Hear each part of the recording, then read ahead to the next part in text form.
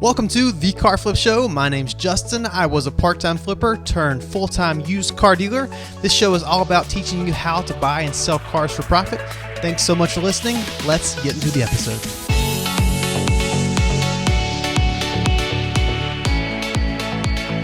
This is episode 7 of The Car Flip Show. Thanks for being along for the ride today. We're going to be looking at specifically 3 people that you need to know when you decide to start flipping cars, or if you are flipping cars, these are 3 people that would be very handy to have in your back pocket when you have an issue. Those 3 people are a mechanic, a paint guy, and an upholstery guy. There could be several other people that I could mention, like a tire guy or just fill in the blank person, but these are the 3 people that I end up dealing with the most when I have an issue in regards to a vehicle that I purchased or that I'm looking to purchase. But before we get into the specifics of that, I wanted to mention thecarflipcourse.com. This is a course that I've actually built and put together. We've had an initial run through of people that have gone through the course. A couple of months ago, we launched it for the first time. I've had really good feedback from the people inside the course. We're going to be opening registration again here soon. So if you're listening to this live, the day that it launches on Friday, which would be Friday, May the 4th, I believe, you're going to actually be seeing information coming out to everyone that is subscribed to the email list next week. So if you're not a part of that email list, be sure to go to thecarflip.com or thecarflipcourse.com. There'll be a place where you can put your email address in there, and you'll be the first to know when this goes live. But this is a course that takes you in depth into my exact flipping process. Everything I know has been laid out there inside the course.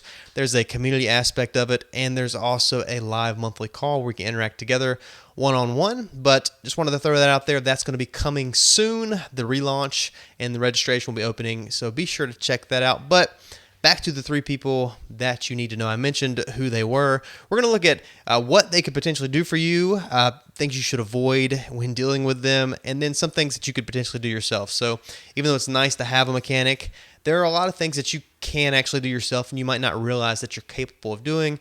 But we'll start out with the mechanic. That's probably my number 1 person that you need to know when you are dealing with vehicles, because vehicles, just the nature of them, there are going to be problems that are associated with them. So you buy a vehicle, and even though you think everything's fine, you've been driving it for 2 weeks, and all of a sudden a check engine light pops on. What do? If you have a scanner, which I would recommend you having one, I use the Autel Maxi Diag Elite. You can purchase that on Amazon.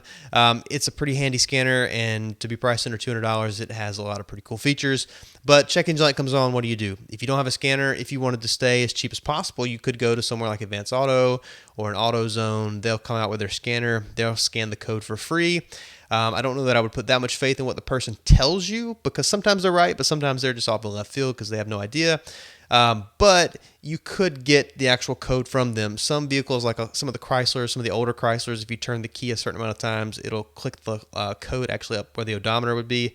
But for the most part, you're going to need a scanner for that. So I would recommend that you invest in a scanner, whether or not you buy the one I have, or you could get a little Bluetooth thing for like $20, buy an app for $3, and you could do it that way. But so once you have the code, what does that tell you? So for example, if you were to get a P0304, what does that mean? Generally, your best practice on that is to be, if your scanner will tell you what it is, like my scanner, it would say that's a misfire on cylinder 4. If you didn't have one that went in that depth, you could take that, put it into Google. You're very quickly going to see that it is a misfire on cylinder 4. Now, what does that mean in regards to your vehicle? You would hope that it was just a spark plug, maybe a spark plug wire. It could be a coil. Some vehicles have a coil pack. Some vehicles have individual coils on each cylinder. So you could be looking at a simple spark plug replacement, maybe an ignition coil replacement. Maybe it's just a plug wire. The coils that are all in one. So if you have a 6-cylinder, there's a coil block, and there's a plug wire running from the block to your spark plug. That wire could potentially be faulty. It could have arced with something else. So it's possible that that would be damaged, but you wouldn't know that until you had the code, and you wouldn't know what the code was until you referenced that. Google is a really good resource, especially if you put in your vehicle information. So for example, if that is on a 2003 Pontiac Bonneville with a 3.8 liter engine, and you have a misfire on cylinders, let's say 2 and 4, what would that possibly be? The Bonneville actually is kind of unique because it has a coil block, but there are 2 coils per block. So I think it's 1 and 6, 2 and 4. Anyway, there's 2 on each one. I forget which numbers go with which one. So you would reference those codes on Google. You put in your vehicle and the engine, the year, and a lot of people probably would have had a similar issue unless you just have a weird oddball code. You probably would read where someone says the coil blocks are common, to fail. You probably would then see links to websites that are selling that coil. You could reference those prices with somewhere like Amazon or eBay. If there's a pull apart near you, you could go. That's a pretty common vehicle that's in a lot of junkyards. That engine actually that's in the Bonneville is the same that's in like the Buick LeSabre, the Buick Park Avenue. Some of the Chevrolet Impalas had that engine. So once you were to gather that information from the internet, you take that to the salvage yard. You walk up to an engine, you pull the coil block that's for 2 cylinders. It doesn't matter which one you get. As long as you get one of those coil blocks, you take it back, you put it up there, problem solved. Now, sometimes problems are a little more in-depth. For example, if you have a P1 or P0 171 or a 174 system 2 lean on bank 1 or bank 2, sometimes that's as simple as a vacuum leak. You pop your hood, you hear a hissing sound, you say, what is that? You use your ear to determine where it's at. You start wiggling hoses, and you see that when you wiggle a certain bunch of hoses, that the noise gets louder and goes away, and you determine which hose has the leak. You fix it, no big deal. You could use something like brake cleaner or starting fluid to spray over the engine. Be careful with starting fluid. You don't want to start a fire, but you could determine as the engine were to rev a little more when you spray in certain areas that it's sucking air somewhere. That starting fluid is causing the engine to idle a little faster. You could determine the problem that way. Sometimes that 171 code is something that you chase and chase and chase, and you take care of the most likely culprits, and you chase it down a list, and you just can't get anywhere on it. For problems like that, it's really nice to have a mechanic that you can take your vehicle to that knows what they're doing, hopefully, if you have the right mechanic, that can troubleshoot that in a way that you're not going to be able to. For things like engine replacement, transmission replacement, things that I just don't like to do. I mean, if I have a vehicle that needs an alternator, an AC compressor, something that's right up front, spark plugs, that kind of thing, I don't mind doing that. For me, I have a full-time mechanic now, so he's here full-time. Anything that comes in that needs done mechanically, you might even hear the air tools wrenching in the back. We're actually doing control arms on a Chevrolet HHR right now. So for me, I don't have the time to work on every single vehicle. We've got 11 or 12 vehicles on the front line right now. I don't run a huge operation. We're a pretty small car lot. But for me, I don't have the time to turn the wrenches, run the business, record this podcast, do everything that I do. So I have a mechanic on staff. The amount of work that we do here warranted me paying somebody full time. So he's back there working on a vehicle right now while I'm able to do other things. Control arm is something that would be within the realm of possibility that I could do myself. It's not my thing. I don't enjoy doing it. I don't enjoy turning wrenches. I can do it, but I would prefer not to, so I have subbed that out. So that begs the question, where do you find a mechanic? And I'll let you know a few that you probably want to stay away from, not because they wouldn't potentially be good mechanics or not know what they're doing, just the prices that they would have to charge. Somewhere like a NTB, National Tire Battery, a Tire Kingdom, Pep Boys, the prices that they're going to have to charge, somewhere like a Meineke, they're going to be charging you retail prices to repair the issues on your vehicle. Now, if you're just needing an oil change done, that's fine. Take it to Meineke because they're going to have a special for $19.99. If you don't want to do the work yourself, that's fine. But for anything over and above that, the rates that they're going to have to charge you aren't going to be rates you're going to want to pay just to keep your profit margin where you would like it. So the ideal person to find will be somebody that does work on the side potentially. There used to be a guy that did some work for me. He was a Ford mechanic, actually a Ford diesel tech, worked at a Ford dealership, but on the side, he would take you in outside work. He could charge a lot lower rate. Actually, the mechanic that I have currently, I met him because I had a vehicle out for sale in front of a Walmart. The folks came to look at it. They wanted the mechanic to look at it. I didn't know of anywhere, but I said, maybe that shop over there has somebody that can look at it for you real quick. So we actually drove over to that shop.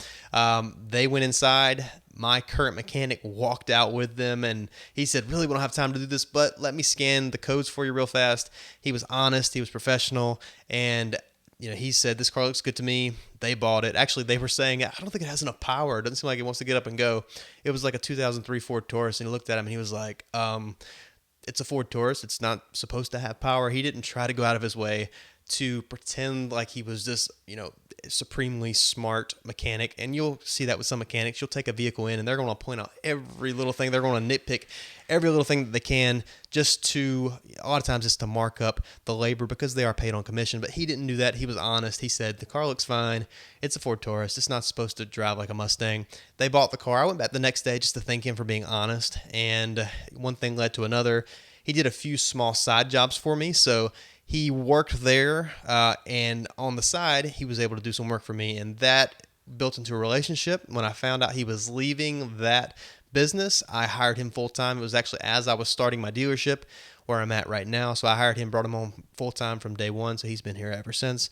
So he's been a major asset to me. When I get something in, I just send it in there. It's almost kind of like a machine. I just send it in one end, it comes out the other, and everything's good. I don't have to turn any wrenches.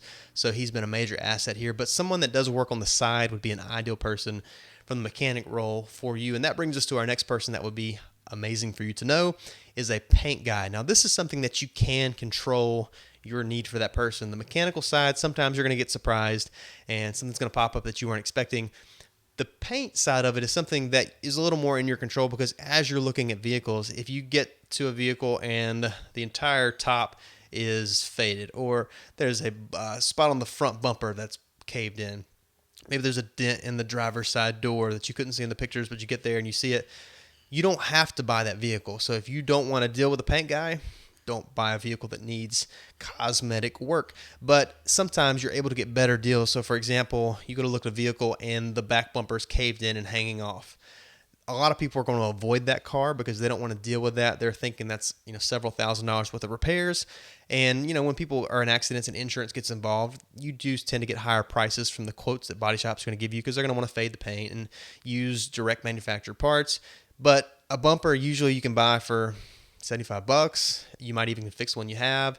A good paint guy is a great asset, because when you see a vehicle that has body damage, once you get to know the paint guy and you kind of start to understand his prices per panel. So if he's charging $250 per bumper to fix, paint, and do everything, when you go to look at the vehicle and it has a bumper that's caved in, you would get an idea of, okay, I think my paint guy could fix this. He's probably going to charge $250 to do that. So you would be able to use those numbers in conjunction with the price that you need to offer to know where you're going to be from a profit margin standpoint. So same would go for, the general price they would charge to paint a hood, to paint a door. You can kind of have those numbers in the back of your mind. So as you're looking at vehicles, you know what you need to offer and whether or not it's worth it for you. At the times where a vehicle with body damage, that would be too far beyond maybe what you want to deal with, is if a vehicle has a major dent in the bumper that's got to be fixed, in the rear bumper. It has a huge scratch on the front bumper that's going to have to be fixed. The right rear door has a dent in it, and then the driver's side front door has a dent in it. When you start to have damage all over a vehicle, that's when you're getting into, this vehicle is going to have to be completely repainted to have all this match. Now, if you can get a connection like I have with a Mako, actually a local Mako here in the Raleigh area, we'll paint an entire car for $298. Now, that sounds great and amazing, but that doesn't include any body work. So if there's a dent, a scratch, anything, they don't fix it, they just paint it. So I have to take it to my paint guy first to prep it. So a lot of times he can prep a vehicle anywhere from $300 to $500 or $600, which means if I can have him prep a vehicle for $300, I take it over there for $298. I get the whole car fixed and repainted for maybe $598. So sometimes that makes sense, but having that paint guy, having that relationship lets you know ahead of time roughly what things are going to cost. If you just go over with the paint guy, okay, this is what I'm going to be doing. If you could give me an idea roughly what things are going to cost, that way I can use that to judge when I'm out in the field looking at vehicles. Again, that's not someone that you have to have. And some of these aren't people that you need to know until you actually need them. So until you need a paint guy, before you've ever flipped a car, you don't need to have all of these people set in stone before you actually get started. But they're people that will be nice to have a phone number to call when you actually do. So a paint guy, kind of the same as the mechanic. To actually get a hold of a good one, it would be nice not to be dealing with the name brand paint company in your city or town, because the retail places are going to have to charge you more just because of the amount of work that they have, the workload. Their hourly rates are going to be much higher. If you can find someone on the side, a great way to find any of these people that we're going to talk about is word of mouth. So ask around. Hey, do you know anyone that does paint? A lot of times someone will know of someone that had a car painted at a certain place. and the guy does it in his backyard and he does good work. So that's the kind of person that you would really like to have, is someone that maybe does it on the side, that has a little spot in the back of their yard where they can paint and they do good work. It's not going to be show quality, but it's going to be enough to get you by, and you're going to pay that $250 a panel to have things fixed. So that's an ideal person and an ideal situation to be in. The last person we're going to talk about is an upholstery person. Now, this is going to come into play kind of similarly with the paint guy. You don't have to get in situations where you need an upholstery person. If you're buying vehicles that the interior is fine, great, you don't need them. But from time to time, you're going to encounter in vehicles that need headliners, or the driver's seat is ripped. That's the most common seat to have ripped, right on the spot where you're sliding in and out. A lot of your Tahoes, your bigger pickup trucks where you're sliding in and out, you'll see a rip on that driver's side section on the corner by the door, because people are in and out a lot. So when you run into that, sometimes you're able to take care of those problems yourself. We'll link to a video in the show notes that'll actually show me stitching up a seat. I think it's actually in a pickup truck, so you'll see me fixing a seat, and you could do things like that yourself sometimes, but sometimes there'll be complete panels that are ripped. Maybe someone got upset at someone and just ripped a hole in the seat. I've had that, vehicles that have come in, and I know roughly what it's going to cost to fix a seat. If I have a bottom panel where you would sit, whether it's leather or cloth that's damaged, I know roughly it's going to cost $100 or so to have that fixed. If I'm having the whole front face where you sit and the front face above where your back would go, that might run closer to $200, $250, depending on if it's leather, cloth. A lot of times if it's leather, you can get by with vinyl. You need someone that's going to be able to match colors pretty well, and they have access to suppliers where they can match colors pretty well. If not, they can dye it, which is a whole nother video in dyeing leather. But having that person, that go-to person, when you do have an issue, and not having to run up actually to a retail location. My father-in-law actually has a Mustang right now. It's a 2008, I think, really nice vehicle. It's a GT. It's got the red leather, the red interior, really nice looking vehicle, but his driver's seat is worn, and you see that on the lower to the ground vehicles, because people are, just like the pickup trucks, they're sliding in and out a lot. So his leather's damaged. He went to a place in Wilmington, North Carolina. He went to 2 retail locations. One of them quoted him, I think, $1,200. The other one quoted close to $1,500 just to fix the leather on the driver's seat. So you can't get into spending that much money, because there goes all your profit. So when you have that connection with someone that does upholstery, the guy that does mine actually, just like my paint guy, does it out of his backyard. He has a building behind his house, and so he does a lot for dealerships. Just word of mouth, people come to him. He does a lot of upholstery on boats and just different things. But he does all of my upholstery. If I have a seat that's ripped, if I have a headliner, normally a headliner I will remove and take to him. The same with the seats. So I'm going to pull the seats, take the seat to him. That way I don't have to leave the car over there, and it's cheaper for me to go ahead and take it out than to pay him to remove the seat or to remove the headliner. Headliners are really easy to take out. You just remove everything off the roof. They usually slide out pretty easily. Seats are the same. There's usually 4 bolts on each corner. You remove that, you take the seat over, and they take care of it. So someone that does it on the side, and all 3 of these aspects would be ideal people to know. Word of mouth is the best way to find a person that does each of these. Ask around. If you have access or know someone that runs a used car dealership, that would be your best bet, is to go to them and say, hey, I'm looking to have this, this, and this done. Is there anyone you can recommend to me? And if they're honest with you, hopefully they'll send you the person that they use. If they're using them, that means they're probably relatively cheap, because a used car dealer generally is going to try to get the best deal, because they want to have their profit margins obviously as high as possible. So they're going to use someone that usually is reasonable. And if they're using them consistently, that means they're doing at least halfway decent work. So that would be a great connection. Actually, the paint guy that I currently use, I found out from another used car dealer when I moved to this area. The first vehicle I had that needed to be painted was a 2003, 2004 Chevy Tahoe. Actually, it had a dent in the front right fender, the passenger side fender. I took it to a paint guy that I found on Craigslist. He had a nicely written ad. When I got there, I had some reservations because it wasn't in the best area, but I said, okay, he quoted me $200 to fix the fender. Let's see what he does. I went back to pick it up. It was like the worst bodywork I'd ever seen. The color kind of sort of matched. There was runs. Actually, on the front corner up behind the headlights, there was literally a thumbprint where he had touched it. It was horrible. I almost didn't want to pay him, but I was like, you know what? This is on me. I should have known better. I paid him his $200, left. That's when I was able to find the paint guy that I currently use today. Actually, a really cool guy. I think he's coming up on his 78th birthday, so still going strong. Actually, he goes by Boogie Bill. He used to be a DJ back in the day, so shout out to Boogie Bill, my paint guy. But that's how I came about finding my paint guy, was through a used car dealer that I asked, and he was nice enough to let me know who he currently used. Those are the three people that would be nice for you to know from a flipping standpoint. The mechanic, definitely. The paint and the upholstery people, you don't need to necessarily have those people, queued up until you actually need the, services of those people.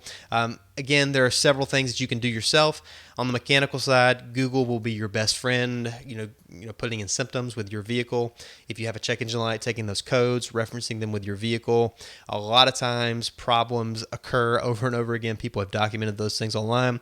You can follow threads where people are talking about the issues that you have, and hopefully when you get to the bottom of the thread, they say, oh, actually it ended up being the fuel filter. I replaced the fuel filter and that took care of my issue. You can try that yourself, and if the fuel filter resolves it, great, you save that money. The upholstery, there's several ways you can go about fixing things yourselves. There will be a link in the show notes about fixing a seat. We're also going to put a link in the show notes about how you can use touch-up paint. It's really simple to use. We'll throw another one in there about how to fix a dent in a bumper. That's one I did recently, I think in a Mercury Mountaineer. So certain dents, your bumpers are usually plastic. If you get a heat gun, you can heat those up, pop the dents out yourself, and you'll be good to go. So we'll put a link to those 3 videos so you can kind of get an idea of things you can do yourself. But for now, that's episode 7. I hope to see you in episode 8 next week. Otherwise, you guys have a great week, and I'll see you then.